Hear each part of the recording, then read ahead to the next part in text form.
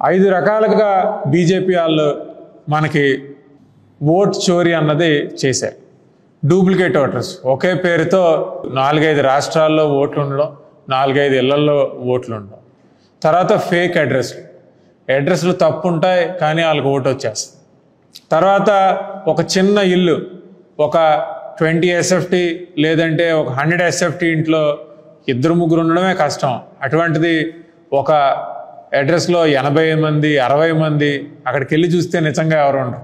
అటువంటి పరిస్థితిలో ఉన్నాం. తర్వాత ఫోటోలు ఆయన జూమ్ చేసి కూడా చూపించాడు.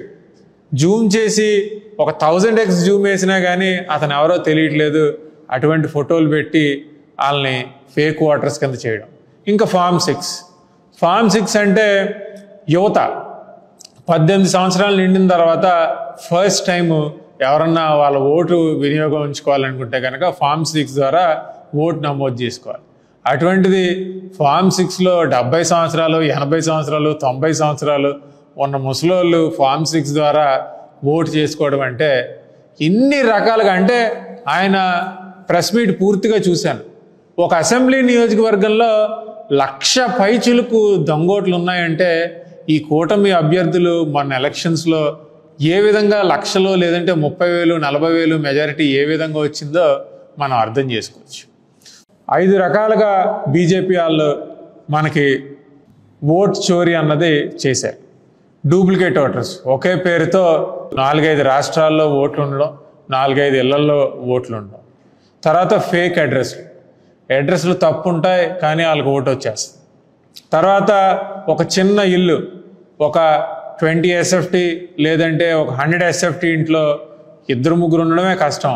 అటువంటిది ఒక అడ్రస్లో 80 మంది 60 మంది అక్కడికి వెళ్ళి చూస్తే నిజంగా ఎవరు ఉండరు. అటువంటి పరిస్థితిలో ఉన్నాం. తర్వాత ఫోటోలు ఆయన జూమ్ చేసి కూడా చూపించాడు. జూమ్ చేసి ఒక 1000x జూమ్ వేసినా కానీ అతను ఎవరో తెలియట్లేదు. అటువంటి ఫోటోలు పెట్టి వాళ్ళని ఫేక్ ఓటర్స్ కింద చేయడం.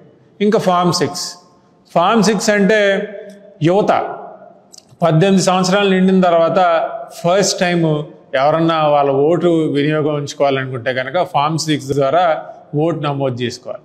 అటువంటిది ఫామ్ 6లో 70 సంవత్సరాలు 80 సంవత్సరాలు 90 సంవత్సరాలు ఉన్న ముసలోళ్ళు ఫామ్ 6 ద్వారా ఓటు చేసుకోవడం అంటే ఇన్ని రకాలుగా. అంటే ఆయన ప్రెస్ మీట్ పూర్తిగా చూశాను. ఒక అసెంబ్లీ నియోజకవర్గంలో 1,00,000 పైచిలుకు దొంగోట్లు ఉన్నాయంటే ఈ కూటమి అభ్యర్థులు మొన్న ఎలక్షన్స్లో ఏ విధంగా లక్షలో లేదంటే 30,000 40,000 మెజారిటీ ఏ విధంగా వచ్చిందో మనం అర్థం చేసుకోవచ్చు.